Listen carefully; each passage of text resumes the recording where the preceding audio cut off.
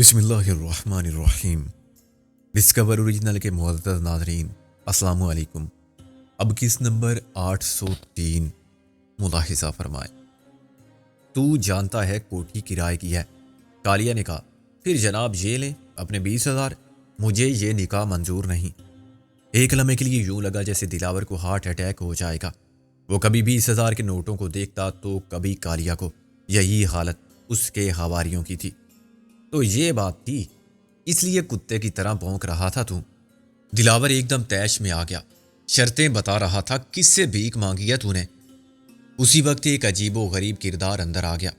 میں نے اسے دیکھتے ہی پہچان لیا کہ وہ فیکا گڈی کے سوا اور کوئی نہیں ہو سکتا۔ وہ جوان آدمی تھا، مگر اسے نشے کی لت نے تباہ کر دیا تھا۔ اس کے بال الجھے ہوئے تھے، آنکھوں کے گرد گہرے حلقے تھے، اس کے کپڑے بھی میلے تھے۔ اس نے کہا، او بھائیا جی، یہ کیا شور شرابہ ہے؟ فیکے، تو نے کہا تھا کہ سب ٹھیک ہو گیا ہے۔ دلاور نے اپنے سالے کو مخاطب کیا۔ پھر یہ کیا ہے؟ کیا ہے بھائیا جی؟ کچھ بھی تو نہیں ہے۔ میں نے تو پکی بات کر لی تھی کالیا سے، اور اندر اس کی بہن بھی راضی خوشی بیٹھی ہے۔ مگر یہ تو شرطیں لگا رہا ہے، یہ دیکھ۔ اس نے 20,000 میرے منہ پر مار دی ہیں۔ دلاور بگڑ گیا۔ رسید بھی لے لی ہے مجھ سے۔ رسید دے دی آپ نے؟ بھائیا جی، یہ تو بڑی غلطی کی آپ نے۔ فیکا گڈی بولا، ضرور یہ کہیں سے چرا کے لایا ہوگا۔ اب یہ نکاح سے انکار کر رہا ہے۔ اب غازی نے اپنی اصل آواز میں کہا، چودھری دلاور صاحب، آپ جیسی حیثیت کے شخص کو یہ شرائط مان لینی چاہیے۔ 1,00,000 نقد اور یہ کوٹھی نہ صحیح تو مکان تو؟ دلاور اچھل پڑا۔ تم کون ہو تم؟ میں جناب غازی بن شہید۔ آپ نے میرا نام تو ضرور سنا ہوگا۔ غازی نے اپنے انگریزی اخبار کا نام بتا کے کہا۔ تم کیسے اندر آئے؟ دلاور چیخ کے بولا، ہم لوگ تو ہر جگہ پہنچ جاتے ہیں چودھری صاحب۔ اب غالب نے بھی اصل آواز میں کہا، ہمیں پتہ چلا تھا کہ آپ عقد ثانی فرما رہے ہیں، اپنی پہلی بیوی سے اجازت لیے بغیر۔ صدمے سے دلاور کی حالت غیر ہو گئی۔ تم نے چلایا یہ چکر؟ چکر تو آپ نے چلایا تھا چودھری صاحب، بہت پہلے۔ غازی نے بے خوفی سے کہا، اس کا ثبوت میری جیب میں ہے، مجھے کالیا نے سب بتا دیا ہے۔ پیڈرو نے اسے ایک سانس میں بہت سی گالیاں دی۔ اس سے تو میں بعد میں نمٹ لوں گا، پہلے تیری صافت کی پیڈرو۔ یہاں ہونے والی گفتگو کا ہر لفظ ریکارڈ ہوا ہے، لیکن میرے پاس ایک مائکرو فون کے سوا کچھ نہیں ملے گا تمہیں۔ غازی نے پیچھے ہٹ کے کہا، ہم کچا کام نہیں کرتے۔ دلاور نے پیڈرو کو روک دیا، تم دھوکے سے اندر آئے ہو۔ جی نہیں، آپ خود میرے استقبال کے لیے باہر موجود تھے، مگر تم نے جال سازی کی، باراتی کا بیس بدلا۔ غازی مسکرایا، بیس تو پولیس بھی بدلتی ہے، سراغ رساں بھی بدلتے ہیں، یہ جال سازی نہیں، ہوشیاری کہلاتی ہے۔ غالب نے کہا، ہم اپنے اخبار کے لوگوں کو بتا کے آئے تھے اور پولیس کو اطلاع دے کر آئے تھے کہ ہم کہاں جا رہے ہیں۔ دلاور کی حالت غیر ہو رہی تھی۔ وہ سمجھ گیا تھا کہ یہ سب چکر غالب کا چلایا ہوا ہے اور کالیا نے اسے دھوکہ دے کر اس کی پیٹھ میں خنجر گھونپا ہے۔ وہ اخبار والوں کے پاس پہنچ گیا تھا اور اخبار والوں میں سے اس کا ایک دشمن بھی تھا جس نے سازش کا جال پھیلا کے اسے شکار کر لیا۔ وہ کالیا کو قرض کی اصل رسید بھی واپس کر چکا تھا اور یہ تحریر بھی دے چکا تھا کہ اس پر کچھ بھی واجب اولاد نہیں، تاہم ابھی تک اس نے مجھے نہیں پہچانا تھا۔ میں نے ہاتھ جوڑ کر کہا، او یہ کیا ڈرامہ ہے، مجھ غریب آدمی کو کیوں مروا دیا؟ غازی نے کہا، بابا ڈرو نہیں، تمہیں کچھ نہیں ہوگا۔ غالب بولا، تمہیں پیسے بھی مل جائیں گے۔ میں نے کانپتے ہوئے کہا، اوے مجھے جانے دو، لعنت پیسوں پر، مجھے کیا معلوم تھا، ہائے اور ربا۔ دلاور نے اپنے سالے سے مخاطب ہو کر کہا، اندر جا کے دیکھو وہ عورتیں کون ہیں، الو کے پٹھے۔ فیکے کی حالت اپنے بھائیا جی سے بھی زیادہ خراب تھی۔ پاپا تو مجھے مار ڈالے گی، میں نے اسے بڑے بہانے سے بھیجا تھا۔ تم جیسے بے غیرت بھائیوں کے ساتھ یہی ہونا بھی چاہیے، غازی نے کہا۔ اب تو یہ کہانی اخبار میں چھپے گی، تصویروں کے ساتھ، غالب نے کہا۔ دلاور نے محسوس کیا کہ اس کا سیاسی مستقبل ہی نہیں، ازدواجی مستقبل بھی داؤ پر لگا ہوا ہے۔ اس گفتگو کے ریکارڈ ہونے والی بات غلط تھی، مگر اس تقریب سعید کی تصویریں واقعی اتاری جا چکی تھیں۔ رابعہ اور نازو سیدھی اس کمرے میں چلی گئی تھی جو ڈرائنگ روم سے متصل تھا۔ یہ دلہن کا کمرہ تھا جو لال جوڑا پہنے سمٹی بیٹھی ہوئی تھی، وہاں ان تینوں کے سوا کوئی بھی نہیں تھا۔ غالب کو یہ خصوصی کیمرہ غازی نے فراہم کیا تھا اور غالب نے اس کے استعمال کا طریقہ سمجھنے کے بعد نازو کو سمجھا دیا تھا۔ پہلے اس نے ایک کھڑکی کے شفاف شیشے کے پیچھے سے اور پھر ایک کھلے دروازے کی چوری سے دلاور کو اس وقت فوکس کیا جب وہ سیرا باندھے نکاح خواں کے ساتھ بیٹھا ہوا تھا، اس کے پیچھے نکاح کے گواہ استاد پیڈرو اور فیکا گڈی بھی موجود تھے۔ کھڑکی کے سامنے پردہ نہیں تھا اور جوری کے پیچھے سے نازوں کو نہیں دیکھا جا سکتا تھا۔ اس خصوصی کیمرے میں رات کے وقت نظر نہ آنے والی انفرا ریڈ شعاؤں سے بھی تصویر اتاری جا سکتی تھی، مگر دن میں اس کی ضرورت نہیں تھی۔ غازی نے اس میں سے ASA-100 کی بہت زیادہ حساس یعنی ہائی سپیڈ فلم ڈال دی تھی اور یہ بتا دیا تھا کہ یہ تصویریں صاف آئیں گی، روشنی کم ہو تو شٹر کی رفتار بھی کم کر دی جائے۔ نازو نے ذہانت کا ثبوت دیتے ہوئے کیمرے کا صحیح استعمال کیا اور بہت کارآمد تصویریں بنا لی تھیں۔ دلاور کے سالے رفیق اور فیکا گڈی نے اندر جاتے ہی چلانا شروع کر دیا، او بھائیا جی، اوئے نس گئی، کوئی بھی نہیں ہے اندر تو۔ استاد پیڈرو بد حواسی میں اندر گیا۔ کیا بکواس کرتا ہے؟ بکواس نہیں جی، دیکھ لو، سارا کھیل ختم، فیکا بولا۔ پھر اس کے چلانے کی آواز آئی، اوئے مجھے کیوں مارتے ہو؟ پیڈرو نے اسے گالی دی، باہر جا کے دیکھ، وہ دور نہیں گئی ہوں گی، وہ ضرور اس صافی کی اماں نازو ہوگی اور اس کے ساتھ ہوگی وہ وکیل کی اولاد۔ دلاور ایک دم چونکا اور مجھے گھورنے لگا۔ بابا جی خیر سے ذرا اپنا چہرہ تو کراؤ، ہم بھی دیکھیں، صرف لشکر آیا ہے کہ سپہ سالار بھی ہے۔ میں نے اپنی اداکاری جاری رکھی اور ہاتھ جوڑتا رہا، میری توبہ، مجھے جانے دو، مجھے کیا معلوم تھا 100 روپے کی خاطر۔ غازی نے اسے اپنی طرف متوجہ کر لیا۔ چودھری دلاور صاحب، یہ آپ کی دوسری شادی ہوتی۔ کون کر رہا تھا شادی؟ دلاور نے سیرا اتار کے پھینک دیا۔ اس کنجر نے خود اپنی بہن پیش کی تھی مجھے کہ میں 20,000 نہیں دے سکتا، شادی کر لو میری بہن سے۔ 20,000 میں لڑکی بری نہیں تھی، غازی نے کہا۔ کیا آپ کے دوستوں کو اور اہل خانہ کو اس شادی کی اطلاع نہیں تھی؟ یہ اتنی خفیہ شادی کیوں تھی؟ بکواس بند کرو، میں کسی سوال کا جواب نہیں دوں گا، یہ کوئی پریس کانفرنس نہیں ہے، دلاور نے چیخ کر کہا۔ پیڈرو مشتعل بیل کی طرح اندر آیا۔ چودھری صاحب، لڑکی کو وہ دونوں لے گئیں، رابعہ اور نازو۔ دلاور نے کہا، رابعہ کا یار؟ پیڈرو نے اس کی بات پوری ہونے سے پہلے ہی کہا، یہ بوڑھا اور کون ہے؟ دلاور نے نفی میں ساری لایا، اسے یہ لوگ 100 روپے میں پکڑ لائے تھے، وہ باہر ہوگا، وہی لے گیا ہوگا انہیں۔ میں دیکھتا ہوں چودھری صاحب۔ پیڈرو باہر بھاگا۔ ان صافیوں سے تو میں نمٹ لوں گا، چودھری دلاور نے کہا۔ چلو اوئے تم دونوں، دروازے بند کر دو سارے۔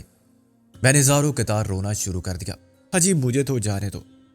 میری بوڑھوں کی طرح کانپتی آواز اور لرزتے بدن نے دلاور کو شک نہیں ہونے دیا تھا۔ اس نے میرا ڈھول اٹھا کے باہر پھینکا، پھر مجھے گریبان سے پکڑ کر گھسیٹتا ہوا لے گیا۔ میں ایسے لڑکھڑاتا ہوا گیا جیسے کوئی بھی ضعیف شخص جا سکتا تھا۔ اس نے مجھے ایک لات ماری، میں فرش پر گرا اور خائے خائے کرنے لگا۔ ہائے میں مر گیا، یا رب جی۔ دلاور نے کہا، دفع ہو جا ادھر سے، ویسے ہی مرنے کے قریب ہے، میرے متھے لگے گا۔ کمرے کے اندر سے میں نے غالب اور غازی کی آواز سنی، خبردار۔ دلاور پھر اندر چلا گیا۔ تم اسلحہ لے کر آئے تھے میرے گھر میں؟ غالب بولا، ہاں، اپنی حفاظت کے لیے یہ ضروری تھا، اب ہم جا رہے ہیں۔ غازی نے کہا، کسی نے راستہ روکا ہمارا تو مارا جائے گا۔ دلاور نے ایک دم پینترا بدل دیا۔ اپنے غازی شہید صاحب، غازی بن شہید، اس نے تصحیح کی۔ چلو بھائی غازی بن شہید صاحب، اپنے غالب صاحب کی طرح آپ بھی بہت مشہور صحافی ہو۔ دلاور نے خوش آمدانہ لہجے میں کہا، کالیا جیسے 2 ٹکے کے لوگوں کا تو یہی کام ہے، ہم جیسے عزت داروں کو بلیک میل کرنا۔ آپ کالیا کی بہن سے شادی کرنے والے تھے؟ غازی نے اسے ٹوکا۔ غالب نے کہا، اس 2 ٹکے کے آدمی کو اتنی عزت دے رہے تھے آپ؟ چلو چھوڑو جی، مٹی پاؤ۔ دلاور نے کہا، بات ختم ہوئی اور نہیں ہوئی تو آپس کی بات ہے، ختم ہو جانی چاہیے۔ میں یہ 20,000 بھی کالیا کو واپس کر دیتا ہوں، رسید بے شک آپ پھاڑ دیں۔ میں برآمدے میں جہاں گرا تھا وہیں بیٹھا تھا اور میرے قریب ایک کھڑکی تھی جس میں سے اندر ہونے والی ساری گفتگو صاف سنائی دیتی تھی۔ کالیا کی جان کی کیا ضمانت ہے؟ غالب نے کہا، آپ بتاؤ کیا ضمانت چاہیے؟ دیکھیں نا، اب تو سارا قصہ ہی ختم ہو گیا۔ آپ اخبار والوں سے تو ہمیں بہت ڈر لگتا ہے جی؟ ہم سے صرف مجرم اور چور ڈرتے ہیں، غازی نے کہا۔ میں ان کی بات نہیں کر رہا ہوں جو پولیس سے ڈرتے ہیں، میں معزز اور با اختیار چوروں کی بات کر رہا تھا۔ آپ جیسے معاشرے کے مجرموں، آپ بیٹھو جناب، تسلی سے بات کرتے ہیں ہم، ہیں جی؟ کیا کہتے ہیں اسے، آف دی ریکارڈ؟ چلیں ٹھیک ہے، غازی نے کہا، آف دی ریکارڈ بات بتائیں۔ پہلے آپ بتاؤ کہ یہ سب ریکارڈ تو نہیں ہو رہا ہے؟ کالی بنسا، اپنے چودھری دلاور صاحب، ریکارڈ تو کچھ بھی نہیں ہوا تھا۔ کیا مطلب؟ مطلب یہ کہ ہمارے پاس کوئی مائکرو فون نہیں تھا، آپ تلاشی لے سکتے ہیں ہماری، غازی نے کہا۔ تم پھر بلف کر رہے ہو مجھے، دلاور نے بے یقینی سے کہا۔ ہم قسم کھانے کے لیے تیار ہیں، غالب نے کہا۔ کوئی مسلمان جھوٹی قسم نہیں کھاتا، غازی بولا۔ ہم تو ایسے ہی دل لگی کے لیے آئے تھے۔ ہاں، رقم ہم نے کالیہ کو فراہم کی تھی، اس نے پریس کلب با کے ساری بات سب کے سامنے بتا دی تھی۔ اس کی تو دلاور کا حوصلہ ایک دم بڑھ گیا۔ مگر تم لوگ بھی کم حرامی نہیں ہو، تم صافی نہیں بلیک میلر ہو۔ شوق سے چھاپو یہ خبر، میرا کچھ نہیں بگاڑ سکتے تم۔ تمہارے پاس کوئی ثبوت نہیں، میں تردید کر دوں گا، غالب نے کہا۔ تردید کا مطلب پبلک تائید لیتی ہے، لیکن خبر کو ہم دبا بھی سکتے ہیں، ورنہ ہمارے پاس کالیہ کے بیان کی تائید میں یہ رسید ہوگی، پھر اس کی بہن کا بھی بیان ہوگا، تصویریں ہوں گی۔ تم کس کس ثبوت کو جھٹلاؤ گے دلاور؟ بہتر ہے سودا کر لو، کالیہ اور اس کی بہن ہمارے پاس ہیں۔ سودا؟ وہ چونکا۔ بولو کتنی رقم چاہیے؟ 1 لاکھ، 2 لاکھ، 5 لاکھ؟ بس، غازی نے کچھ دیر بعد کہا۔ تم تو خاصی امیر ہو چکے ہو دلاور، وطن فروشی کے کاروبار میں بہت مال اکٹھا کیا ہے تم نے، اب اپنے چودھری صاحب محب وطن ہیں، اس قوم کے لیڈر بننا چاہتے ہیں، غالب نے تن سے کہا۔ ہاں ہاں، پیسہ بہت ہے میرے پاس، اور تم جانتے ہو پیسے کی طاقت سے کیا ہو سکتا ہے، لیڈر بننا تو معمولی بات ہے، شیطان چاہے تو خود کو فرشتہ تسلیم کرا لے۔ تم کیا سمجھتے ہو کہ تم میرا راستہ روک سکو گے؟ کوئی یقین نہیں کرے گا تم پر غالب صاحب، سب مجھے سچا کہنے والے ہوں گے، تم دیکھ لینا، غالب نے کہا۔ تم سودا کر لیتے تو فائدے میں رہتے، دلاور بھڑک اٹھا۔ کیسا سودا؟ بولو، بکواس کرو، اگر تم تیار ہو تو تمہیں سکندر سے بات کرنی ہوگی۔ سکندر سے؟ دلاور نے سوچ کے کہا۔ اس سے میں بات کر سکتا ہوں اپنے غالب صاحب، میں تو شروع سے یہی کوشش کر رہا ہوں کہ وہ سمجھ جائے، ضد چھوڑ دے، لیکن وہ میری کوئی بات نہیں مانتا۔ میں نے تو اسے ہر پیشکش کی، اس نے سب کو ٹھکرا دیا۔ خیر، اب بھی میں تو تیار ہوں، مگر وہ ہے کہاں؟ ہم اسے بلا لیں گے جب ہمیں آپ کی نیک نیتی کا یقین آ جائے گا، غازی نے کہا۔ اب وہ باتیں جو آف دی ریکارڈ ہیں۔ آف دی ریکارڈ میں پوچھنا چاہتا ہوں کہ شیلی کی لاش کو تم لوگوں نے کہاں دفن کیا ہے؟ دلاور بولا۔ یہ تو صرف سکندر جانتا ہے، غالب انجان بن گیا۔ اگر وہ مجھے بتا دے کہ اس خواہشہ چودھری صاحب، وہ غالباً آپ کی بہن تھی، غازی نے کہا۔ یہ جھوٹ ہے، دلاور نے کہا، اسے میرے خلاف استعمال کیا گیا، پھر اس کی لاش کے لیے تم کیوں پریشان ہو؟ دلاور نے غالب کی بات کا کوئی جواب نہیں دیا۔ سکندر مجھے شیلی کی قبر دکھا دے تو میں بتا سکتا ہوں کہ اس کے باپ کو بعد میں کہاں دفن کیا گیا تھا۔ یعنی تم اعتراف کرتے ہو؟ نہیں، میں نے کچھ نہیں کیا تھا، دلاور نے فوراً غالب کی بات کاٹ دی۔ تو پھر تمہیں کیسے معلوم؟ یہ کام پیڈرو نے کیا تھا، دلاور نے کہا۔ وزیر خان کا قاتل بھی وہی ہے، میر شرافت علی کو بھی اسی نے قتل کیا تھا، اور اسی نے وزیر خان کی لاش پوسٹ مارٹم سے پہلے قبر سے غائب کر دی تھی۔ کیا تم یہ پولیس کے سامنے کہہ سکتے ہو؟ غازی نے کہا۔ دلاور ہنسا۔ یہ باتیں آف دی ریکارڈ ہیں۔ ٹھیک ہے، تم پیڈرو کو ہمارے حوالے کر دو، ہم خود اس سے پوچھ لیں گے، غالب نے کہا۔ اسی وقت میں نے پیڈرو کو سخت پریشانی میں واپس آتے دیکھا۔ وہ رابعہ، نازو اور کالیہ کی بہن کے پیچھے گیا تھا اور ناکام لوٹا تھا۔ وہ سیدھا میری طرف آیا، میں کھڑکی سے کان لگائے اندر کی باتیں سن رہا تھا، اور اس سے میری پوزیشن بہت مشکوک ہو گئی تھی۔ میں نے محسوس کیا کہ اب میرے بچنے کی کوئی صورت نہیں رہی۔ پیڈرو کو پہلے ہی مجھ پر شک تھا، وہ ضرور مجھے پہچان جائے گا اور میں اچھی بلی جیتی ہوئی شرط ہار جاؤں گا۔ اس سے پہلے کہ پیڈرو اپنے خلق سے کوئی آواز نکالتا، میں نے بڑی پھرتی سے اٹھ کے اس کے ایک ہاتھ مارا۔ یہ اس کی بدقسمتی تھی کہ وہ خود کو نہ بچا سکا، اور میرا وار اتنا مؤثر ثابت ہوا کہ پیڈرو کٹے ہوئے درخت کی طرح گرنے لگا۔ میں نے اسے سنبھال لیا اور آہستہ آہستہ کھینچ کے برآمدے کی اس کھڑکی سے دور لے گیا۔ میں نے پہلا کھلا دروازہ دیکھا تو پیڈرو کو اس میں ایک بیڈ پر ڈال دیا۔ یہ غالباً چودھری دلاور کا بیڈ روم تھا۔ کالیہ نے بتایا تھا کہ آج کل اس نے بیوی بچوں کو کرائے کی ایک کوٹھی میں رکھا ہے، مگر عارضی طور پر کہیں بیچ دیا ہے۔ بیڈ کے سرانے ٹیبل پر فریم میں کسی نئے شادی شدہ جوڑے کی تصویر لگی ہوئی تھی۔ میں نے اسے غور سے دیکھا تو دلاور کی صورت پہچاننے میں کامیاب ہو گیا۔ یقیناً یہ اس کی شادی کی تصویر تھی، اور وہ دلہن اس کی پہلی بیوی ہی ہو سکتی تھی، کیونکہ وہ دلاور کی ہم عمر تھی۔ یہ دسمبر 1948 کی تصویر تھی۔ اس حساب سے دلاور کی شادی کو 24 سال سے زیادہ ہو چکے تھے۔ اس وقت وہ 25-26 سال کا تھا، تو اب یقیناً 50 کا ہو چکا تھا۔ دوسری اس نے نہ جانے کب کی تھی، مگر جس لڑکی سے وہ تیسری شادی کرنے والا تھا وہ تو اس کی بیٹی سے بھی چھوٹی تھی۔ میں نے کالیا کی بہن کو دیکھا تو نہیں تھا، مگر جیسا کہ اس نے بتایا تھا وہ کالیا سے بہت چھوٹی تھی۔ ممکن ہے وہ 18 کی ہو یا 20 کی۔ چودھری دلاور کی بیوی بے انتہا حسین تھی۔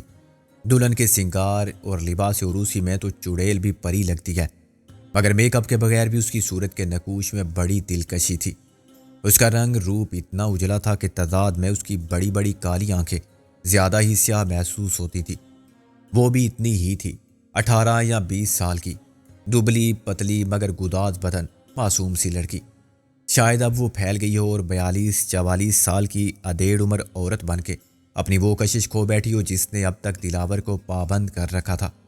اس کے جوان بیٹے بیٹیاں ہوں گے، چنانچہ دولت کی طاقت سے خود کو پرشباب سمجھنے والے چودھری دلاور نے دوسری بیوی خرید لی تھی۔ یہ کوئی انوکھی اور نرالی بات نہیں تھی، ایک مسئلہ نفسیاتی تھا۔ مرد فطرتاً بے وفا اور آوارہ مزاج ہے۔ 20-25 سال میں اس کا جی ایک عورت سے بھر جاتا ہے تو وہ دوسری کرنے کے بہانے تلاش کرتا ہے۔ بہانہ دولت فراہم کر دے تو پھر اسے کون روک سکتا ہے؟ بیڈ کی دوسری جانب ایک اور دلہن کی تصویر تھی جو اپنے دولہا کے ساتھ بڑی شرمیلی اور پرتفاخر مسکراہٹ کے ساتھ کھڑی تھی۔ یہ دلاور کی بیٹی تھی، کیونکہ وہ ماں کے آغاز شباب کا نقش ثانی تھی۔ اس کا شوہر نیوی یا مرچینٹ نیوی کا کوئی افسر تھا اور بلا شبہ ایک ہینڈسم جوان تھا۔ تصویر پر شادی کی تاریخ صرف 1 سال پہلے کی تھی۔ دوسرے فریم میں 3 بچے نظر آ رہے تھے۔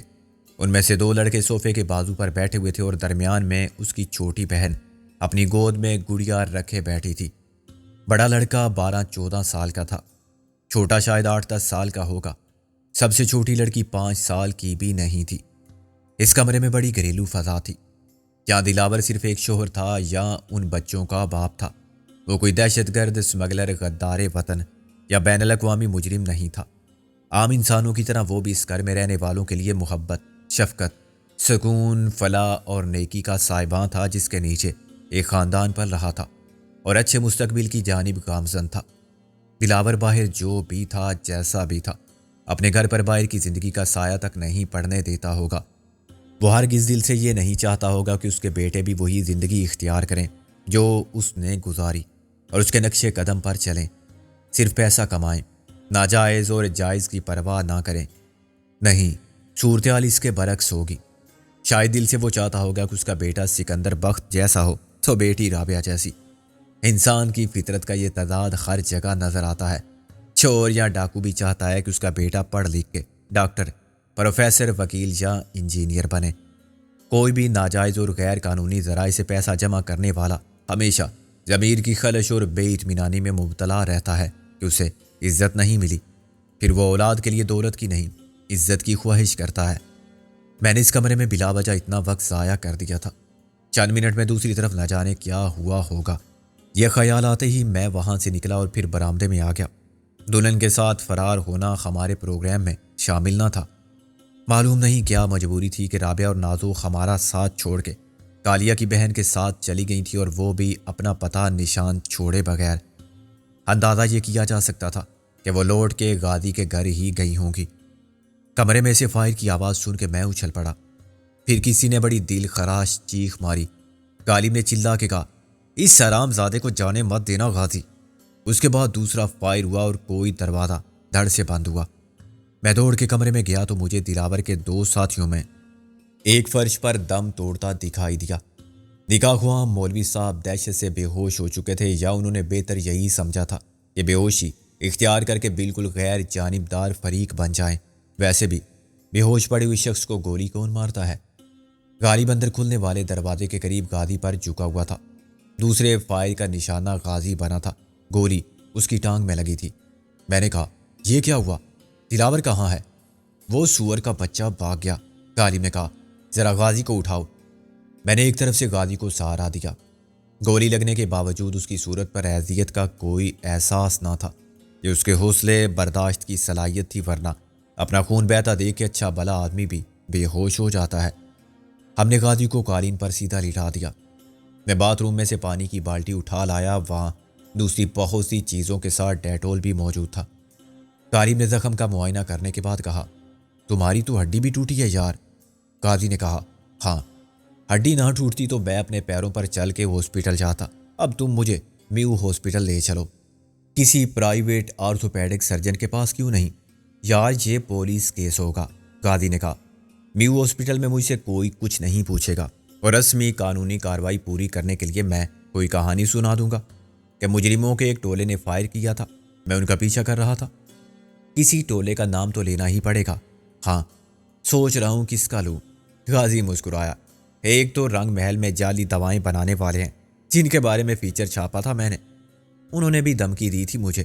میرے گھر آ کے اسی کو پکڑوا دیتا ہوں. غالب نے کہا. یار آئی ایم سوری. پھر وہی فضول بات. یہ بھی تو ہو سکتا تھا کہ میری گولی کا نشانہ تم بن جاتے یا تمہاری گولی میرے سر میں لگتی. اللہ کا شکر ادا کرو یار کہ صرف ٹانگ ٹوٹی. 2-4 ہفتے گزر جائیں گے پلاسٹر میں اور بیساکھی کے سارے. کم آن, فکر کی کوئی بات نہیں. میں نے حیرانی سے کہا.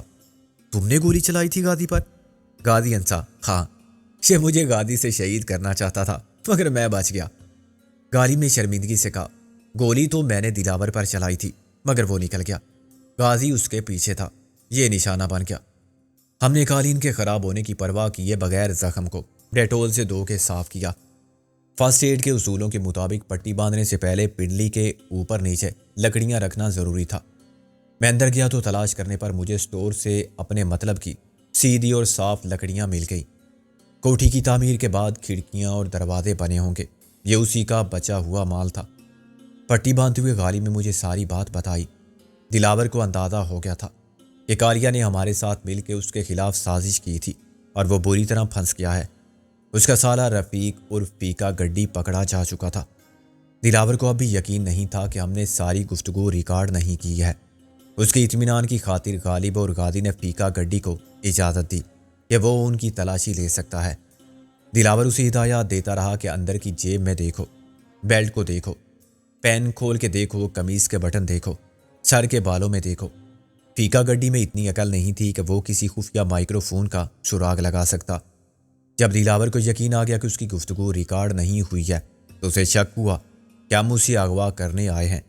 ایک وجہ تو اس کے دل کا چور تھا. وہ محسن کے بہنوئی کو اغوا کر چکا تھا اور یہ ہماری جوابی کارروائی ہو سکتی تھی. پھر رابعہ اور نازو کے فرار ہونے کا مطلب اس نے یہ نکالا کہ وہ کاریا کی بہن کو اغوا کر کے اپنے ساتھ لے جانے کے لیے آئی تھی اور ہمارا پروگرام اسے اور پیڈرو کو پکڑنے کا تھا. پیڈرو کو اس نے رابعہ اور نازو کے تعاقب میں بھیج دیا تھا. جب وہ واپس نہیں آیا تو دلاور کو یقین آنے لگا کہ پیڈرو اپنی جان بچا کے نکل گیا ہے اور وہ اکیلا پھنس گیا ہے. اس نے اچانک اپنے ایک محافظ کو مروانے کا فیصلہ کر لیا جو اس کے ساتھ ہی کھڑا تھا. دلاور نے اسے غالب پر دھکیل دیا اور غالب کے ریوالور سے جو گولی نکلی وہ دلاور کے محافظ کے سینے میں اتر گئی. دلاور دروازے کی طرف دوڑا. غالب نے چلا کے غازی سے کہا کہ اس حرام زادے کو جانے مت دینا. اس کی آواز میں نے بھی برآمدے میں سنی تھی. تام غازی کو دلاور کے دوسرے محافظ نے ٹانگ اڑا کے گرا دیا. اس مہلت سے فائدہ اٹھاتے ہوئے دلاور بھی نکل گیا اور اس کا محافظ بھی.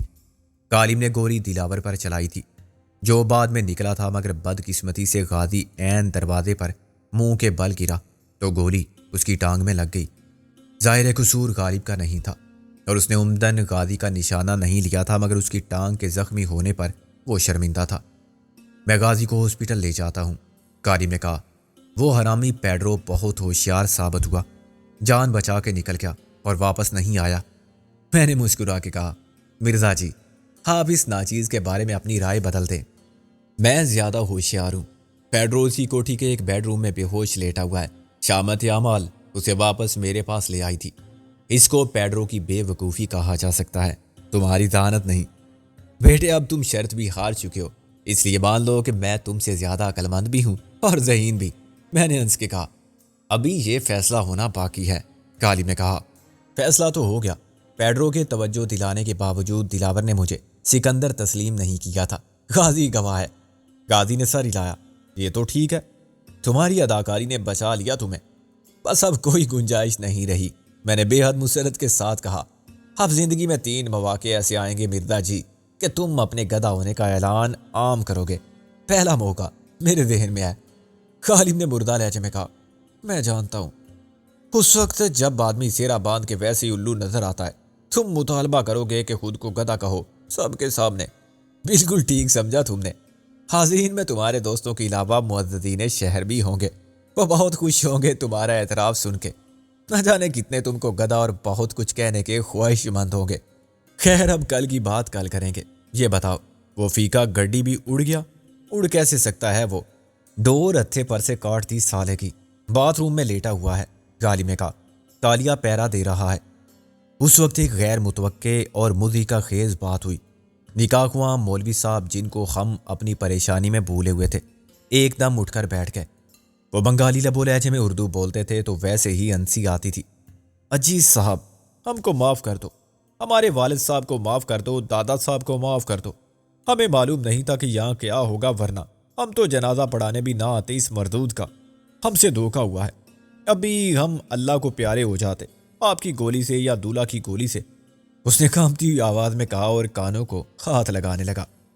میں نے کہا مولوی صاحب آپ جائیں، آپ سے ہمارا کوئی جھگڑا نہیں، لیکن ایک بات کا خیال رکھیں، آپ سمجھ لیں کہ یہاں کچھ بھی نہیں ہوا، آپ کسی کو بھی کچھ نہیں بتائیں گے، ورنہ جی ہم اپنی اہلیہ کو بھی نہیں بتائیں گے، منکر نکیر کو بھی نہیں بتائیں گے، میدان حشر میں بھی نہیں بتائیں گے۔ اس نے جلدی جلدی اپنا بستہ بغل میں دبایا اور دروازے کی طرف لپکا۔ السلام علیکم، خدا حافظ، یہ الفاظ اس نے باہر جا کے کہے تھے۔ کیا میں ٹیکسی لے آؤں؟ میں نے کہا تو کیا یہ پوچھنا ضروری ہے؟ ہم میو ہاسپٹل تک پیدل تو نہیں جا سکتے؟ غازی نے کہا کوئی ضرورت نہیں، ہم باہر تک کیسے ہی جا سکتے ہیں، ایک ٹانگ پر؟ ہاں ایک طرف سے تم سہارا دو گے، چند قدم کا تو فاصلہ ہے، غازی نے کہا۔ سکندر کو یہاں رہنے دو، فیکا اور پیڈرو سے ہم نہیں نمٹ سکتے۔ میں نے کہا میں غازی کے گھر ہی آ جاؤں گا، رابعہ اور نادو وہیں ہوں گی۔ غالب نے کہا امید ہے وہ کالیہ کی بہن کو وہیں لے گئے ہوں گے، مگر یار انہیں بتا کے جانا چاہیے تھا۔ غازی بہادر آدمی تھا، وہ ایک ہاتھ غالب کے شانے پر رکھے ایک ٹانگ پر اچھلتا ہوا دروازے تک گیا اور پھر مین گیٹ تک، لیکن صاف نظر آ رہا تھا کہ وہ سخت اذیت میں ہے۔ سڑک جہاں سے کوئی سواری مل سکتی تھی اس جگہ سے 200 گز دور تھی، اور غازی کا ایک ٹانگ پر یہ فاصلہ طے کرنا محض ارادے کی بات نہیں تھی۔ میں نے کالیہ سے کہا کہ وہ ہوشیار رہے، میں بھی 10 منٹ میں واپس آتا ہوں۔ ایک بار پھر ابتدائی طبی امداد کی تربیت کام آئی۔ میں نے اور غالب نے آپس میں ہاتھ جوڑ کر جھولا سا بنایا اور غازی کو اٹھا لیا۔ غازی کا وزن 250 پاؤنڈ سے زیادہ ہی ہوگا۔ چند قدم چل کے ہم ہانپنے لگے، مگر قدرت نے مدد کی۔